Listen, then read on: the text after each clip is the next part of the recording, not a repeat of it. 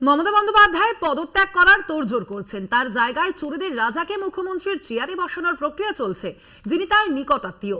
মহিষা দলে নারী শক্তি সম্মান সম্মেলনে আক্রমণ তমলুকের বিজেপি প্রার্থী তথা প্রাক্তন বিচারপতি অভিজিৎ গঙ্গোপাধ্যায়ের। তিনি আরো বলেছেন, মুখ্যমন্ত্রী বুঝে গিয়েছেন এবার হিমালয়ে চলে যেতে হবে তাকে, তার আত্মীয় বাকি চুরি করবেন।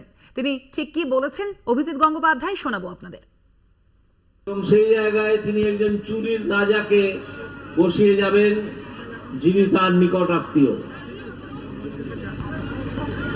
এই পরিকল্পনা করে তিনি বুঝে গেছেন যে আমি এবার চুরি করে চলে গেছি হিমালয়, আমার আত্মীয়কে বসিয়ে গেছি, বাকি চুরি চামারিটুকু সে করবে। আপনারা শুনলেন প্রাক্তন বিচারপতি তথা তমলুকের বিজেপি প্রার্থী অভিজিৎ গঙ্গোপাধ্যায়ের মন্তব্য। এবার তিনি মমতা বন্দ্যোপাধ্যায় পদত্যাগ করার তোড়জোড় করছেন, এমনটাই মন্তব্য করেছেন প্রাক্তন বিচারপতি অভিজিৎ গঙ্গোপাধ্যায়। তার জায়গায় চোরেদের রাজাকে মুখ্যমন্ত্রীর চেয়ারে বসানোর প্রক্রিয়া চলছে, যিনি তার নিকট আত্মীয়। আজ সরাসরি অভিষেক বন্দ্যোপাধ্যায়কে নাম না করে এমন মন্তব্য করেছেন প্রাক্তন বিচারপতি তথা তমলুকের বিজেপি প্রার্থী অভিজিৎ গঙ্গোপাধ্যায়। মহিষা দলে নারী শক্তির সম্মান সম্মেলনে আক্রমণ, এই ভাষাতেই কড়া ভাষায় আক্রমণ করেছেন তিনি মুখ্যমন্ত্রী মমতা বন্দ্যোপাধ্যায়কে। তমলুকের বিজেপি প্রার্থী তথা প্রাক্তন বিচারপতি অভিজিৎ গঙ্গোপাধ্যায়ের আগে আমরা দেখেছি মুখ্যমন্ত্রী মমতা বন্দ্যোপাধ্যায় সম্পর্কে মন্তব্য করেছিলেন অভিজিৎ গঙ্গোপাধ্যায়। সেইবার তিনি যেমনটা বলেছিলেন, মুখ্যমন্ত্রীর মৃত্যু ঘণ্টা বেজে গিয়েছে এবং এবার একেবারে মুখ্যমন্ত্রী মমতা বন্দ্যোপাধ্যায় পদত্যাগ করার তোড়জোড় করছেন, এমনটাই মন্তব্য করেছেন অভিজিৎ গঙ্গোপাধ্যায়। তিনি ঠিক কি বলেছেন আরো একবার শোনাবো আপনাদের। এবং সেই জায়গায় তিনি একজন চুরির রাজাকে বসিয়ে যাবেন, যিনি তার নিকট আত্মীয়। এই পরিকল্পনা করে তিনি বুঝে গেছেন যে আমি এবার চুরি করে চলে গেছি হিমালয়, আমার আত্মীয়কে বসিয়ে গেছি, বাকি চুরি চামারিটুকু সে করবে।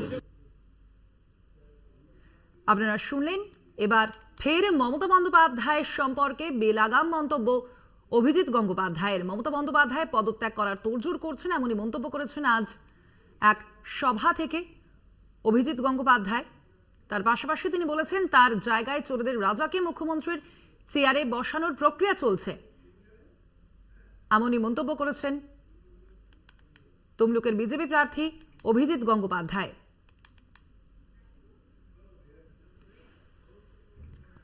ফোন লাইনে রয়েছেন তৃণমূল মুখপাত্র অরূপ চক্রবর্তী, আমরা কথা বলবো তার সঙ্গে। অরূপবাবু, আপনাকে স্বাগত কলকাতা টিভিতে। অরূপবাবু, এবার অভিজিৎ গঙ্গোপাধ্যায় তিনি মন্তব্য করেছেন মমতা বন্দ্যোপাধ্যায় পদত্যাগ করার তোড়জোড় করছেন, তার জায়গায় চোরেদের রাজাকে মুখ্যমন্ত্রীর চেয়ারে বসানোর প্রক্রিয়া চলছে, কি বলবেন? কাঁথিতে এখন প্রচন্ড গরম। আজকে টেম্পারেচার কাঁথিতে প্রায় 42 ডিগ্রি ইউভিএল ফিল, তমলুকেও একই অবস্থা। তো স্বাভাবিকভাবেই যদি কারোর মস্তিষ্ক বিকৃতি হয়ে থাকে, মানুষ যা খুশি তাই বলবে। আমি শুধু ওনাকে মনে করিয়ে দেবো, উনি বিচারপতি চেয়ারে থাকাকালীন নারদার ঘুষখোর খবরের কাগজে টাকা মুড়িয়ে নিতে দেখা যাওয়া শুভেন্দু অধিকারীকে সার্টিফাই করেছেন। কি করেছে শুভেন্দু? আপনি দেখেছেন ওকে টাকা নিতে? অন কন্ট্রারি, শুভেন্দু অধিকারী নিজে স্বীকার করেছিলেন অন ক্যামেরায় যে ওনার বিরুদ্ধে নারদার স্টিং অপারেশন ছাড়া কোনো প্রামাণ্য আর কোনো নথি নেই। অর্থাৎ নারদার যে টাকা নেওয়ার অভিযোগ সত্যি, এটা শুভেন্দু অধিকারী নিজেই স্বীকার করেছিলেন।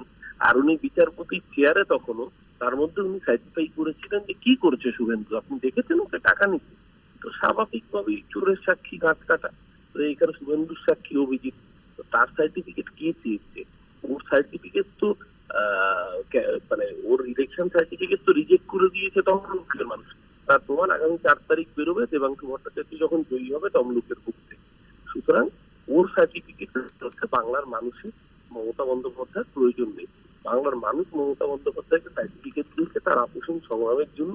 মমতা বন্দ্যোপাধ্যায়ের নেতৃত্বে, অভিষেক বন্দ্যোপাধ্যায় সেনাপতিত্বে অভিজিৎ গাঙ্গুলি বিদায় ঘন্টা বাজবে। এটা যত বুঝতে পারছে তত পাগলের প্রলাপ হচ্ছে। ওর কথাটা গুরুত্ব দিচ্ছে। ধন্যবাদ আপনাকে অরূপবাবু।